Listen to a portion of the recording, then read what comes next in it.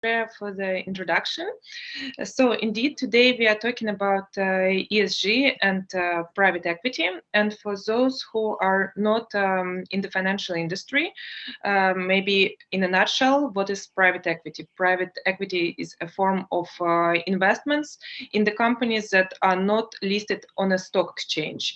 And today, together with Marieke and Femke, we will talk about ESG topics in private equity. Marieke and Femke work for a consultancy firm which is called MJ Hudson, which provides advice to private equity firms on different topics, including ESG. And yeah, I would like to give the floor to Marieke. We will have a presentation of 15-20 minutes. Please, if you have questions, unmute yourself or put them in the chat. Otherwise, also after the presentation, we will have the Q&A session. And Marieke and Femke, the floor is yours. Thank you very much. I think, Marieke, you're going to share the screen, eh? Yes, she's already doing that. Great.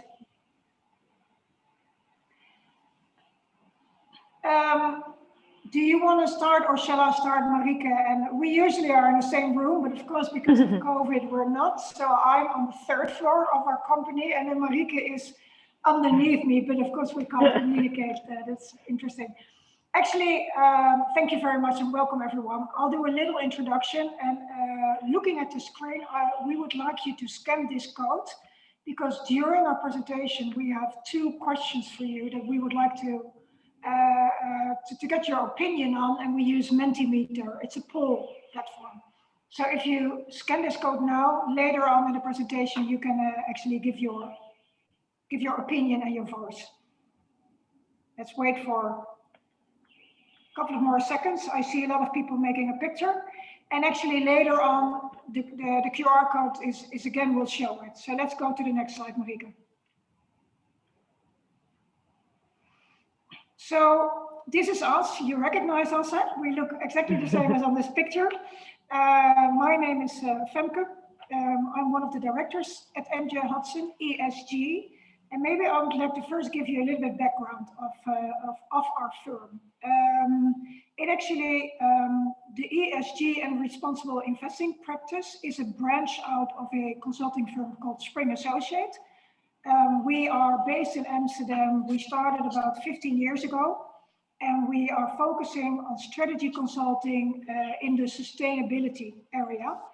And about 10 years ago, we started with a whole methodology for private equity firms, like Irina already emphasized earlier, to measure, to help them to get a better idea and really an assessment on where their companies are on the E, the S, and the G, and I'll get back to that later, and to also help the companies to improve their performance. So not only doing an assessment, but also really making plans with the companies.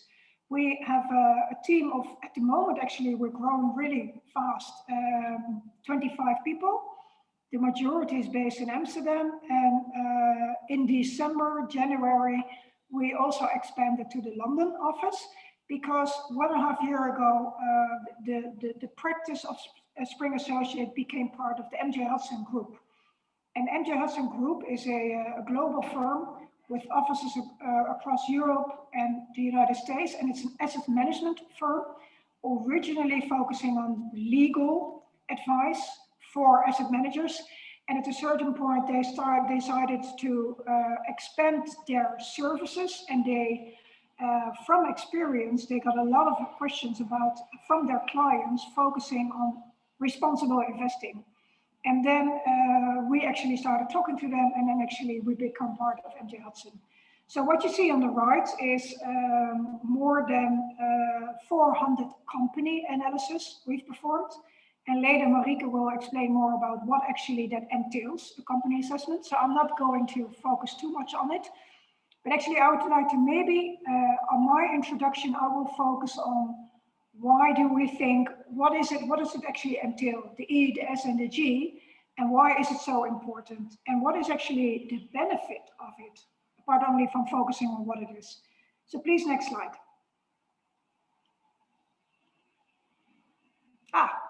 So for some people that haven't yet, maybe some people, I don't know whether they're new people on the call, on the webinar, but for those of you who are new, please scan this code. And during the presentations, we will ask you a couple of questions. We would like to get some sharing.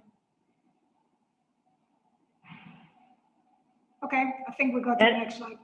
I think actually we would like to people to answer this question right now, so we can see what people think about ESG. So this is actually the first question. Yeah, perfect. When I say ESG, you say, and please go to Mentimaker, you're already doing it, great.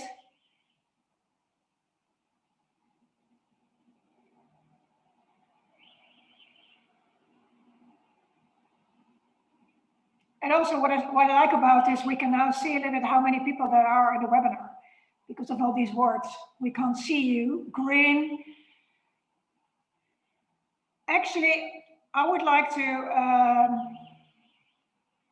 longevity.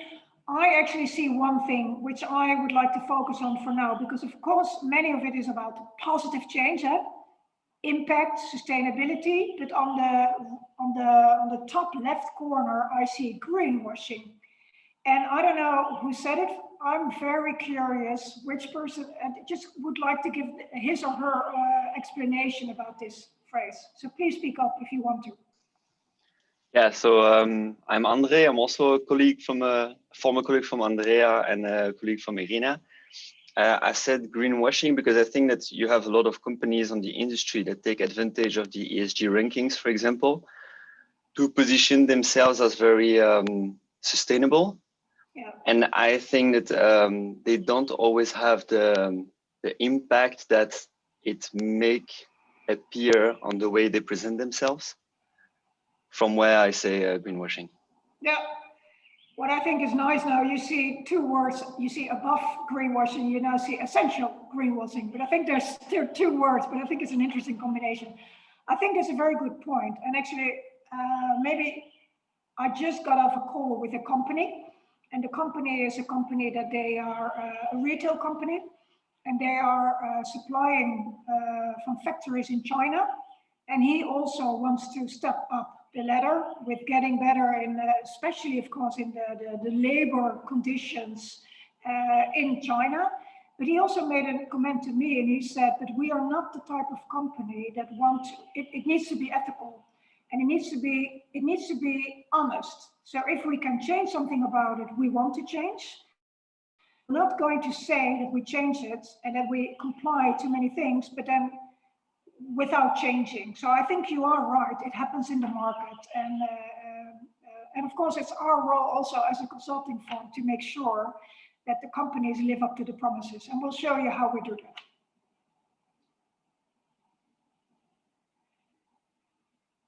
So, well, I think many of you on the call also looking at how you responded to the question. When I say ESG, what do you say?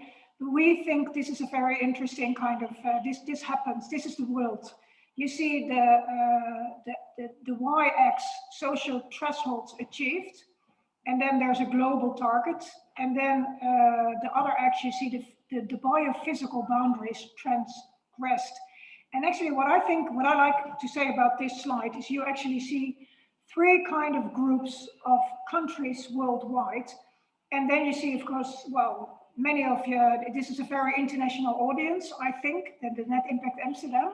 But of course, many of us, we are coming from countries like Germany, Netherlands. And yes, the social thresholds achieved are really high, but it also really came at a burden. And that is that many of the biophysical boundaries are really kind of, it can't go anymore. So we need to move to the left. And then you see a second category of countries that are really kind of, they're accelerating, and but they also, because of their acceleration, they surpassed biophysical boundaries, and yet on the social threshold, they haven't yet achieved the global target. And then you see a third category, and those are the countries that are still kind of they still need to grow in both directions, or at least they need to grow, they're growing, And of course, what we all want is that they're not growing by first going to the right, end up in the same position as the countries like Italy, Brazil, but that we kind of together as a global community, we make sure that those countries are actually improving their social threshold without overcoming the biophysical boundaries. And that is, of course, a challenge, because of course they also say to us, yeah, but you did it already, so why? And together we need to change this. And this is actually where, of course, the E, the S comes from. And I saw a question, but actually, Irina, I prefer to maybe finish my introduction on the E, the S, and the G, because I think I saw something about clients, and this is more a general introduction. So if that's okay, I would like to wait. Yeah. Yes, that's good. Thank you. So what is the benefit of addressing the E, the S, and the G well, as companies and as investors? And on the right of the slide, you see a visual representation. And what we actually do as a firm, we really focus on the material ESG issues. And Marieke will explain more about it. And we think actually it's really important to do it because a company has many roles. If you look at the value chain of companies, some of companies, they have their own factories. Some companies, they don't have their own factories, like the example I gave in the beginning. And then they have a lot of supplier issues when they, for example, have many suppliers in China. And what you see here was actually a study of Harvard Business Review. I don't think that this is shown in the slide, but here it shows actually that companies that are really focusing on the material ESG issues, that from a financial perspective, they also perform better. Opposed to those that really try to cover all issues, many issues, and I don't want to kind of be negative about it, but for example, also really focusing on the cups, the coffee cups in the office, for example, you really need to set priority. And actually, I think that probably you recognize it, people coming from the financial industry, those companies that focus on the right and important topics usually also do better in financial performance. That's just as a whole, that's also true. And then the next slide you see is that it also has a benefit of really the workforce. If companies are addressing the ESG topics, they are more capable of attracting the right talent, and also the employees are more satisfied. And on the left side, you see actually there's some quotes, and actually I just saw it on the news. Actually, I think Shell, well, I don't know, I didn't read it in detail, but of course there was the whole debate on there was the fine today, and I think actually they lost the court. Maybe they can go to the next one. But of course, when I actually started working, this is 25 years ago, Shell, everyone wanted to work for Shell, all my friends. And actually I went to a technical university, so that was also my audience. But of course, that really changed over the last 25 years. And we've also noticed, like we've been growing quite a lot in the past quarter. And we can really say is that the talent that applies in our firm, it's really interesting to see that so many young talent is interested to work for our firm because of the fact that they can make a difference and that they can be on the right side of change. And then you see on the right side of this slide, you see, well, I think everyone probably you'll recognize this, but that the employee satisfaction also increases when the organization is focusing and scoring well on those topics, the E, the S, and the G. So I think next slide. Yeah, and something else, what we think is very interesting to see is that over the past decade, probably maybe longer, but you really see is that the EU also starts recognizing that enforcing regulation on the investment community is a very interesting leverage to stimulate companies to improve. So of course, there's also a lot of regulation directly to the companies, but when you start talking to the investment community and when you start saying to the investment community, you need to do better as an investment firm, you then really have a very interesting leverage. And we can really see that. We've also noticed that over the past couple of years, the conversations with our clients, the investment private equity, is really changed, and that they're genuinely interested in understanding what it entails, how to improve their companies. And especially also there are two maybe that I would like to highlight, the Sustainable Finance Action Plan and the SFDR, which is actually getting in place coming year, is also putting a lot of or more pressure on the investment community to really help also for the targets, the 2030 targets, to reduce carbon footprint, etc. And I think this is all shown, this is the next slide.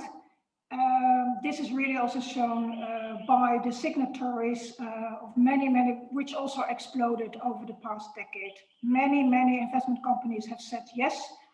And maybe I should explain a little bit, I don't know whether everyone knows, but the PRI is an initiative of the United Nations, and it is a network of investors that actually say, we want to comply to responsible investments.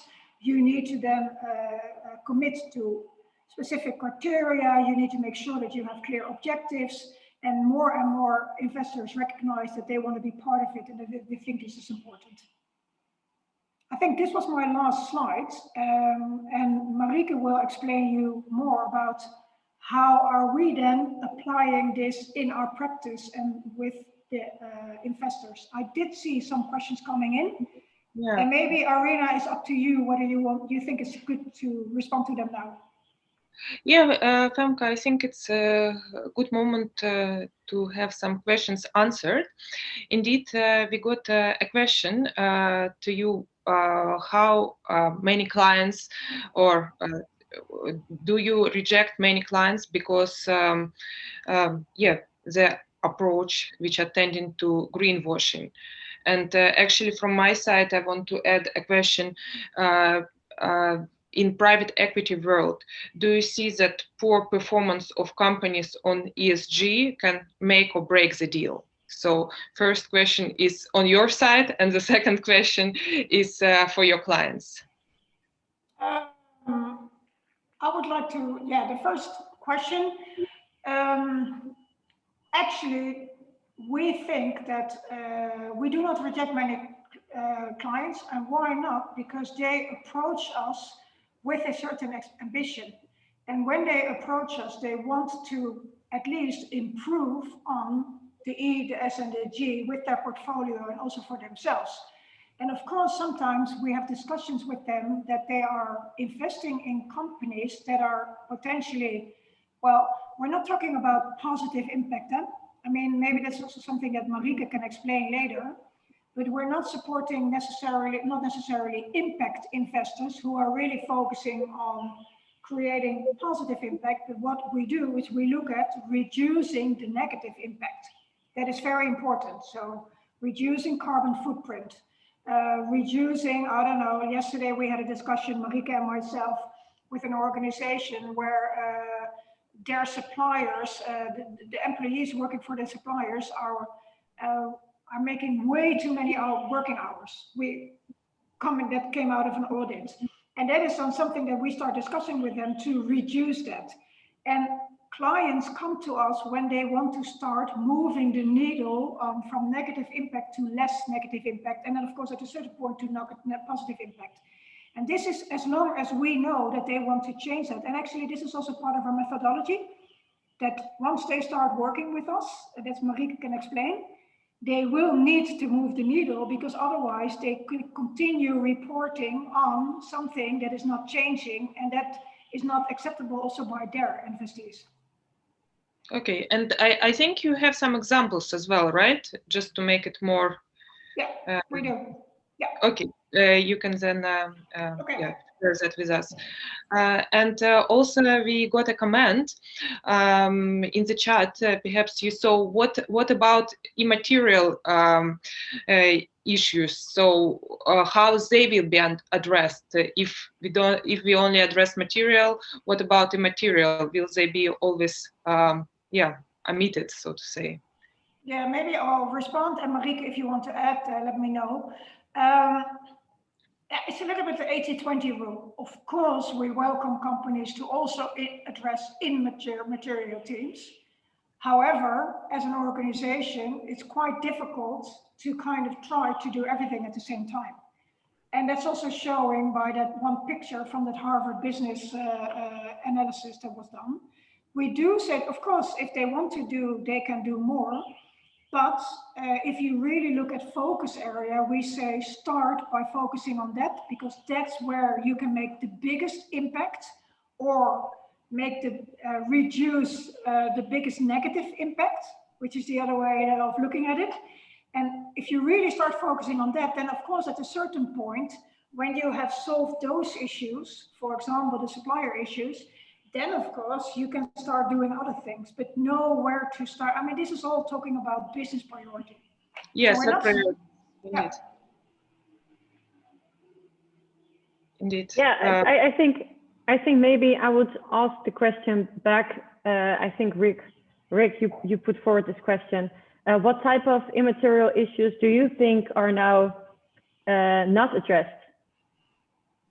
Do you have an example, perhaps, that we can discuss?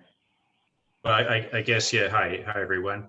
I guess the example given was the coffee cups, but you know, there's many others. You know, there's this tragedy that many issues are not material for any company, anybody, perhaps except if your business is making coffee cups, and then it's obviously material, but you can't do it by yourself because you need all the consumers to react. So it just ends up in a tragedy of the immaterial, you might call it, where nobody does anything about these issues. And that's been a long time problem in many issues. You could even say carbon is in that, but it's changed.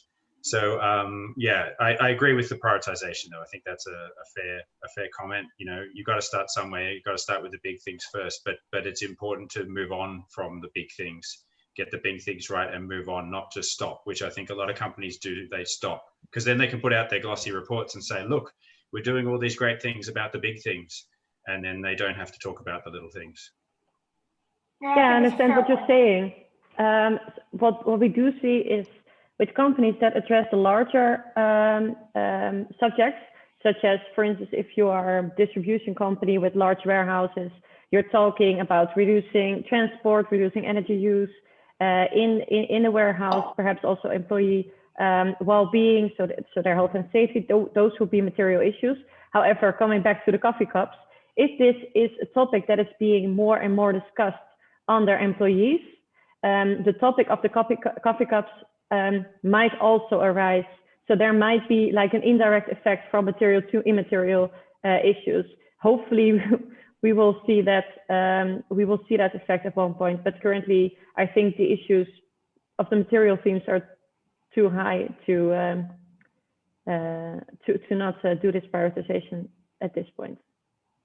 And yeah, Marieke, there is another question. So how do you define materiality? So do you use SASB materiality metrics, or do you align with other international frameworks recognized?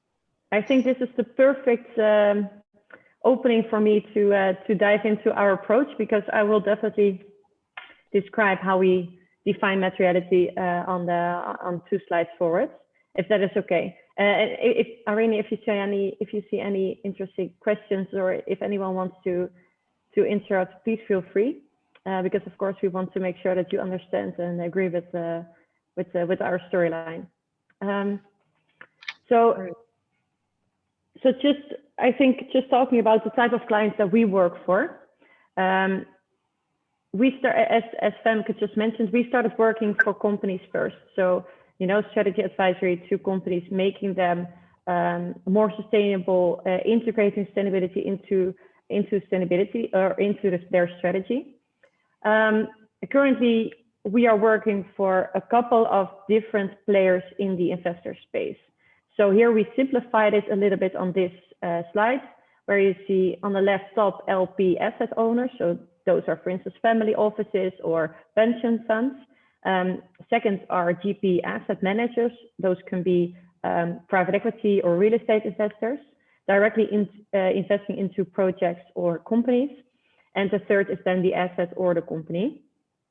What we would do, what our services look like for companies, is to provide them with advice on how to integrate ESG or sustainability into their growth story. And I will dive into that on the next slide on how we think that can be done best. We also, of course, make sure that they have handles of communication to their investor. So for instance, a company like this distributor, they are invested in by a private equity firm. They will start asking questions to them about ESG. And we kind of support them in having this high quality conversation. Results of that interaction or that engagement are reports, but because of course you want to have something to use for your discussion. But I think the main added value is to have high quality conversations with the company and to challenge them on their sustainability proposition. So second type of client here is the GP, the private equity, where we support them with how to integrate ESG into their investment strategy. So quite similar to the companies, but then one step higher. And we provide them with handles on engagement to their companies, but also make sure that they are able to communicate their ESG efforts to their investors, which are, for instance, the pension funds. And then lastly, based on our experience with GPs, we started working for LPs as well. So for instance, we would provide insights into the actual risk taken on asset level, because there's not that much transparency at this point. So we try to provide some transparency and also give them some handles for engagement with their investments, which are the asset managers.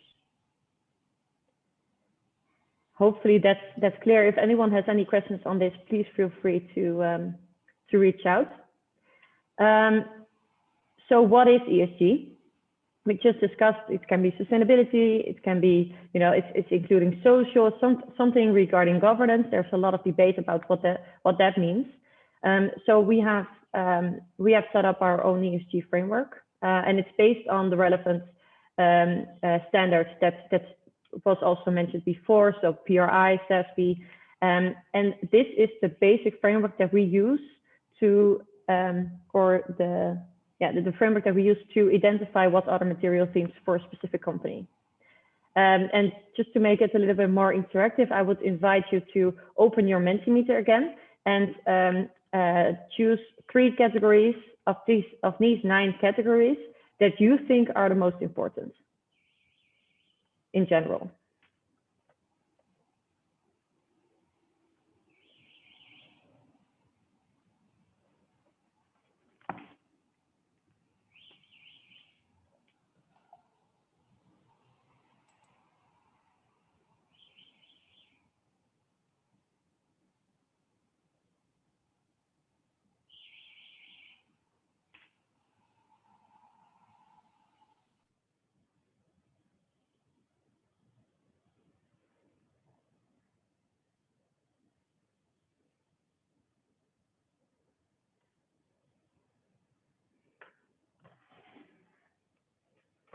Meanwhile, we are waiting, Marieke.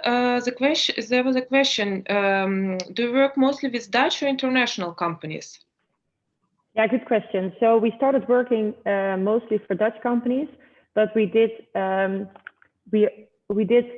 increase our geographical scope, and we are now also working for Scandinavian investors, and so also Scandinavian companies, German, Portuguese, and of course UK, because we started growing significantly in the UK as well.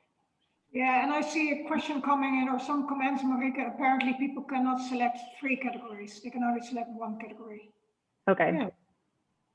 Well, then we need to prioritize even more.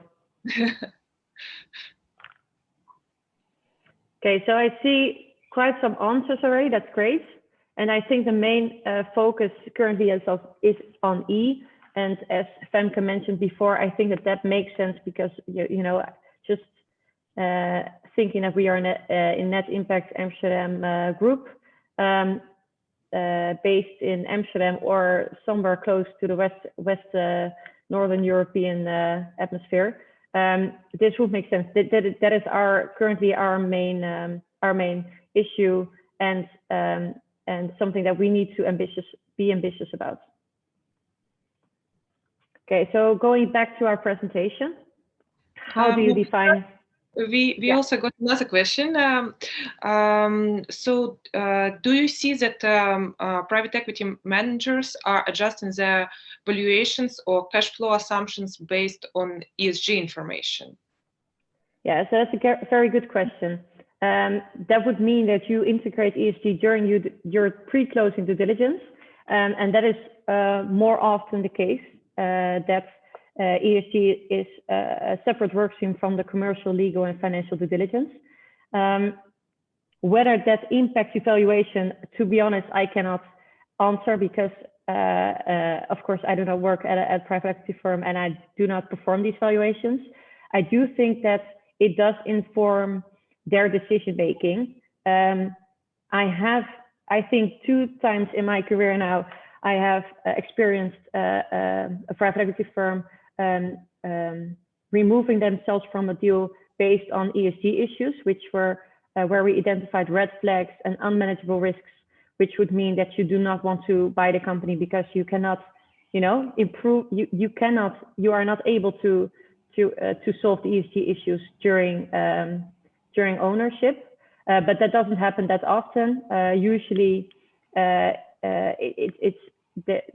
some risks are identified that can be managed after closing. And how much that affects valuation, I couldn't answer actually. Perhaps someone in the audience, I see some working at private equity. Perhaps they can answer the question, but I don't think that I am able to. Okay. Maybe I would like to add one. I totally agree with what Marieke said. What I have seen is that, of course, there's not only the valuation part, but also there's the post-closing process that then actually companies are also improving on some topics, and that they also then, of course, based on the performance, they have earn-out agreements, those kind of things. And I have seen actually that companies are making progress on these topics and solving some of the business critical topics related to ESG, that those are part of those arrangements. I have seen examples of that. Yeah, and from my side, working with private equity funds as a product marketeer, I can say for the private equity fund which works with sustainable food and agri companies, well, the market is hot, so the valuations are high for the companies which are pioneering in sustainable food and agri space. So yeah, and it also makes sense, right? Because if you're talking about the valuation of a company, usually if you simplify it, it will be multiple times EBITDA, and multiple is very dependent on whether you think there's a future for this company and for this industry, and this is increasingly dependent on the sustainability proposition of the company. So I think it makes a lot of sense that it does impact valuation. I just don't have to prove. But it's an interesting insight, Irina. Yeah. So shall I dive into how we actually come up with our materiality analysis? Rick, if you want to interfere here, please feel free, because I understand that you do also have experience in these materiality analyses. So feel free to interrupt anytime. So what is stated here, sorry, I'm just looking at my second screen. That's why I'm looking away from the camera. That we believe that work needs to be done at a company. So we, together with the company and based on their industry position and their supply chain position, we can define what is material to them. And we, to do our analysis, we apply a 4-step approach. And first we would start with the ESG context. And here we research the industry, check what competitors are doing on the topic of ESG. And we, together with the company, decide on what we think the future-proof version of the industry is going to look like. And that sounds quite difficult. However, it's not that difficult if you're looking 20 years ahead, because we know what regulation is going to say about carbon footprint, and it's already saying about carbon footprint. We know that it's going to be close to zero at one point, and also per industry we know what the trajectories are. We know for social aspects, we know in 20 years, to be honest, modern slavery needs to be removed. If we don't have that ambition, I'm not sure what I'm doing. So there's some specific long-term vision, a specific long-term vision that you can already define for an industry. We know that oil and gas industry is going to transition towards more renewable sources.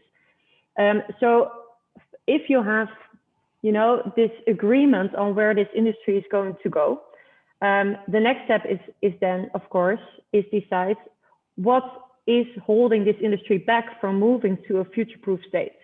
And I think that is the materiality analysis. So what is holding this industry back to becoming future-proof? And those can be topics like emissions from transport, if you're a distribution company. It can be the product life cycle, that there's a lot of disposal of the products that you sell. That cannot be the future of this industry, of course. There needs to be circularity involved here. But also the well-being of your people. There's, at least in the Netherlands, there's a lot of problem with burnouts.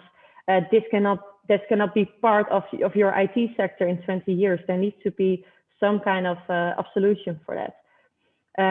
So that's how we define the materiality. And of course, we base our analysis on the relevant standards, such as SASB is one of our main sources to do that.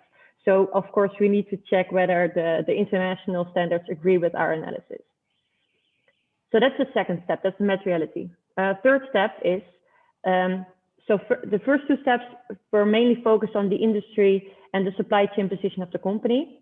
And now we dive into the company. So we gather data and information at the company level. And together with them, we decide on a 1 to 5 point scale, how do you perform currently on this theme? Where if you score 1, it means you're compliant to regulations, so it's quite basic. And 5 means you are ready for a future-proof state. You are completely aligned with the trajectory that we discussed before. So as you can imagine, most companies in the Netherlands, for instance, have environmental themes as material themes, and they are not aligned with the trajectory yet. But they, for instance, score a 2 out of 5. And then the next step, of course, is ask the management team and their investor, what is your ambition? How do you want to improve? And what is your timeline? How ambitious are you in this topic? So for instance, we state there, level 2 in 5 years, they want to become level 4. And then you have some handles to discuss, okay, so how are you going to improve? What are the concrete projects that you can do in your company, with your employees, with your customers, in your supply chain, to make sure that you become a level 4? And what does that mean for your business? And what does that mean for the investments that is needed to do so? And we have some very tangible results from that, because all of a sudden the very high level discussion of future-proof state of an industry, which is of course very conceptual, becomes very concrete. So, okay, so we need to hire someone who is responsible for the supply chain, and will check the quality of the products, and will make sure that there's no violation of labor conditions in our supply chain. Marieke, I'm just aware of the time. I didn't realize that we're almost already there for 45 minutes. So Irina, I think you should let us know. Indeed. Yeah. Maybe indeed. We can go into questions now, because I'm not sure. Yeah, we had some examples. So that's, I think, Yeah. I think it's for you, Irina, or the audience. I think we can have it up to an hour, as I know. But indeed, we have a couple of slides left. So let's have examples, and let's answer some of the questions. Okay, so first I will share just one slide of some example projects that you can define. These were defined for an apparel company invested by a private equity firm. Femke, could you perhaps talk us through these examples, because I know that you were involved? Or perhaps we can keep it to one example, Femke. Yeah. I think that is a very good idea, because I think this is indeed an apparel company. And for example, actually, I would maybe like to relate it to one of the questions before. I saw a question coming up, like, is there any, sometimes in a disagreement? So I combined the two with also focusing on which material themes. And to be honest, I don't know who asked the question, but not often. Funny enough, and maybe this is not funny enough because it just makes the methodology pretty good. And of course, we have a lot of conversations with the companies, and we also really, in our conversations, we're not only looking at reports, but in our conversation, we also try to understand what they do, where they want to go. For example, if they want at a certain point start their own factories, that is very different from having a supplier relations. So we also really ask about the future plans, future growth plans. And what we do at the end is indeed, we then have discussions with them on, okay, these are all your KPIs, but where are your priority areas? And that often comes back to the material themes and also value creation. So here you see an example of a company that said, well, yes, we want to work on a circular business model. It also suits the industry, it suits the company, because for some companies, of course, the audience or the consumers are not yet willing to pay more for it at all. But we also actually, part of it is also looking at, okay, but do more consumer research and also awareness creation. So that's actually the P1. The P1 is an awareness creation campaign on, besides buying the product, that also this company is a good employment, social return, and that often goes hand in hand also with the consumers, and also understanding that the product is maybe at a certain point becoming a little bit more expensive than it is already. So you see that often those projects go hand in hand with each other. Yeah, and maybe I'll touch upon this final example, and please interrupt Irina if there's more questions. So what we often support our clients with are carbon reduction plans, because of course this is a very important topic for a lot of companies that or have production or have transport or have large amount of offices where there's a large carbon footprint. And what I think is important to realize, if there's a carbon footprint reduction plan, you can say, yeah, you need to reduce 2%, or I think, of course, if you want to be compliant to current EU regulation, you need to reduce by 7% per year. And that sounds like there's a linear process, but of course there's no linear process here, because if a private equity invests in a specific company, they have growth plans. So they have, for instance, they have a warehouse and they already decided this warehouse is too small, but probably in 2 years we will need to change warehouses. And at that point, the moment where they switch warehouses, then sustainability needs to be part of the conversation. And then you can see such declines in carbon footprint because, okay, you're going into a new warehouse. Is there good insulation? Can there be solar panels on the roof? How can people travel? Can they go to the warehouse by train, or do they need to go by car? And if you include all of those considerations into your decision making at the important times or the important moments in time, such as changing warehouses or changing your company fleet, this can then be reached, but it needs to be on top of the agenda at an important point in time.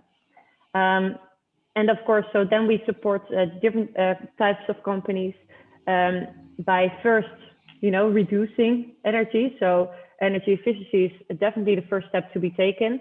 Then to generate your own electricity, but that's of course very dependent on the situation of the company. And after that, of course, you would like them to procure renewable energy as far as they can. And perhaps then a final solution could be carbon offsetting, but I'm not a big fan.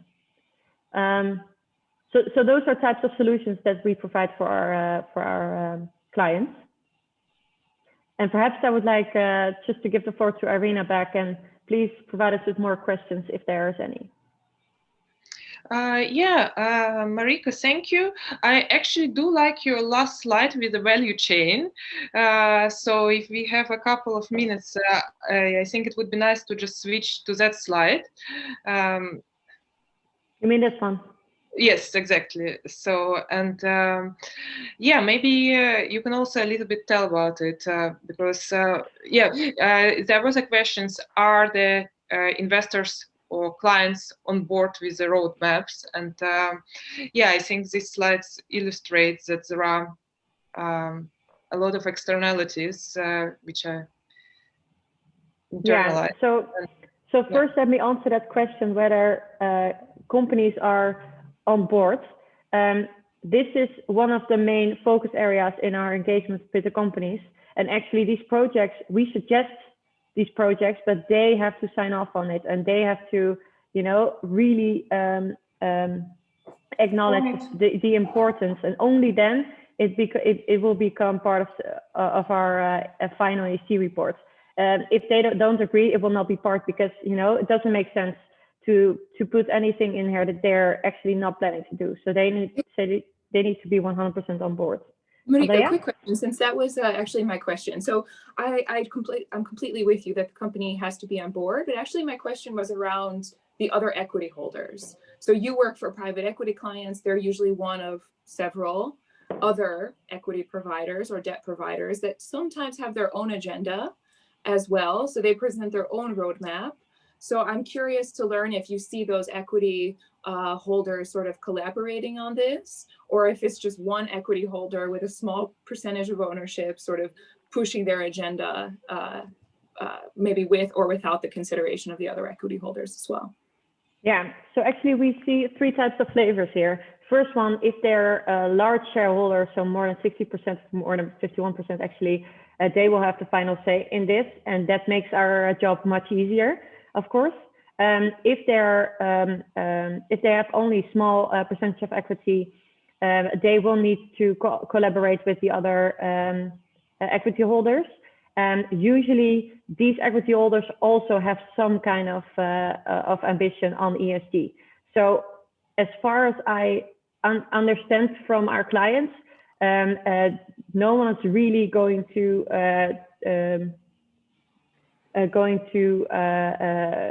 be a roadblock in this situation. But of course, there's more time being used to have these conversations. It just slows down the process a little bit.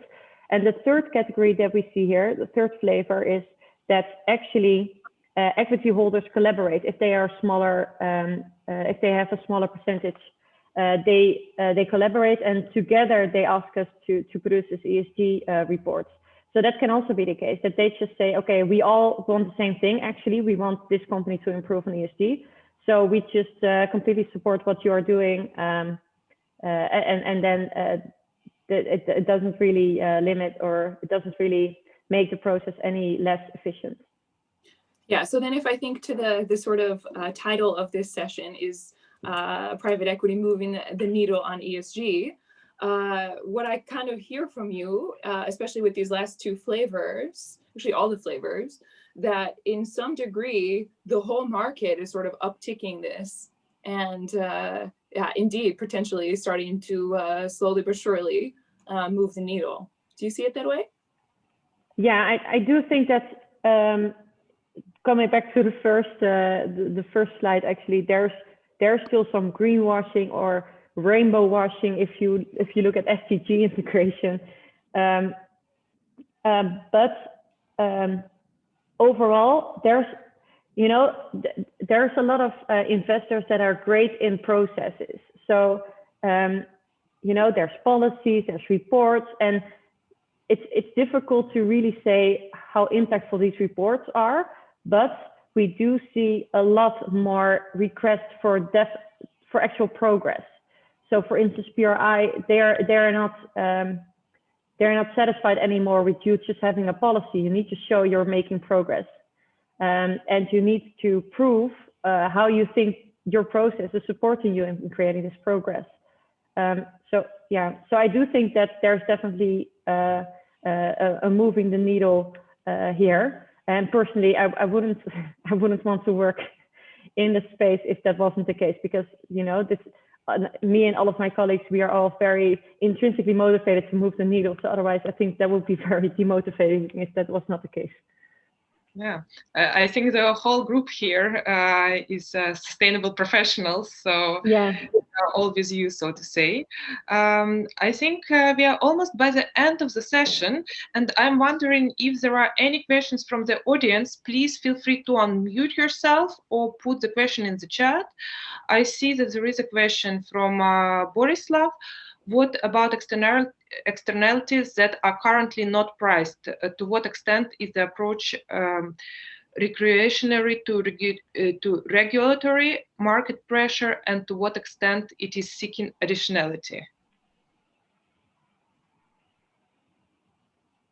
Femke, do you want to answer? We're looking at each other. I think that's quite a difficult question. I would like to almost have an offline discussion on that, to be honest. And I'm not able to respond to that in 1 minute, to be honest. Why? Because I think this is a very complicated topic. But yes. Yeah, I agree. Maybe we save this for another impact. Yeah, I'm sorry. I don't want to dismiss the question, not at all. But I think I'm just also conscious of time, and also my own time, because I have another session starting in 4 minutes, which is a 2-hour session. So I would also like to have a short break. Thanks. But maybe for the whole group, maybe Irina, that's also, please finish, and I'll let you finish. But we really would like to invite you, if you have more questions or whatsoever, contact us directly, or that's fine. All right. Well, Marieke and Femke and Net Impact Amsterdam, thank you very much for organizing this session. I think it was very insightful and interesting for all.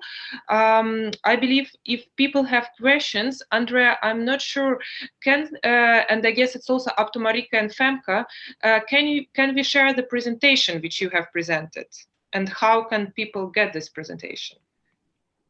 If you share with me, I will pass it around, of course. All right, that's great. Well, thank you all, and till next Net Impact from Home session. Yes. Hey, thanks everyone. Nice to see you all. Bye guys. Have a great Impact from Home working day. Thanks, guys. Bye. Bye. Bye.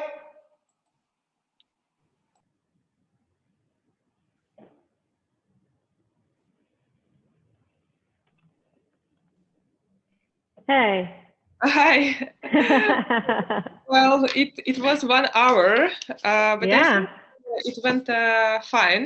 So it's I think it's fine. I saw the previous session was also 1 hour. So yeah, and thank you very much again. And yeah, I wish I would be a bit more cautious at the time. Sorry, if Femke just came in, I will hang up. But thank you so much, Irina. Thank you. Good luck with the next.